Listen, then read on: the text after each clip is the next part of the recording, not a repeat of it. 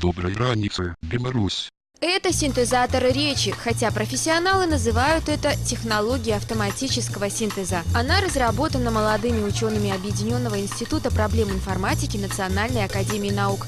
Проще говоря, это компьютерная программа, которая по введенному тексту осуществляет голосовой вывод информации, а также создает звуковые файлы. Зараз прагучыць урывак з паэмы «Новая земля» вядомага беларускага пісьменніка Якуба Коласа. Мой родный кут, як ты мне милый, забыть себе не маю силы. Не раз утомленный дорогой, житьем ясным и убогой.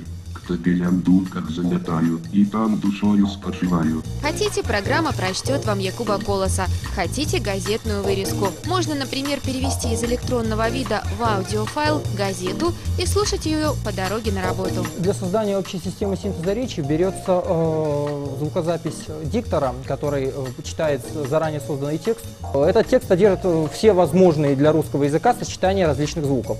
Их порядка 1000 для гласных звуков и порядка 680 для согласных звуков.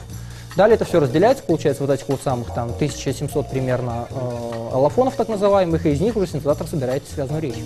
Однако озвучивать печатный текст – задача простая только на первый взгляд, ведь привычный нам текст содержит очень мало информации о том, как его нужно произносить. Так, почти во всех языках текст не содержит ударений.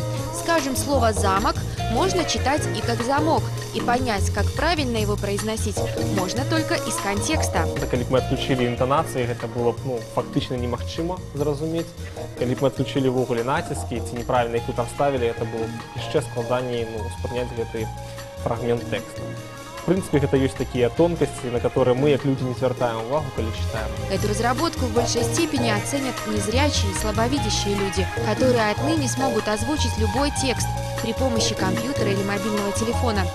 Вообще, как известно, 90% информации обычный человек получает через зрение, то есть это зрительная информация. Вот. Незрячие люди этого лишены, и им очень нужно, так сказать, восполнить это с помощью каких-то других видов информации. Сейчас мы услышим мобильную версию синтезатора на примере известного текста Руслана Леднева.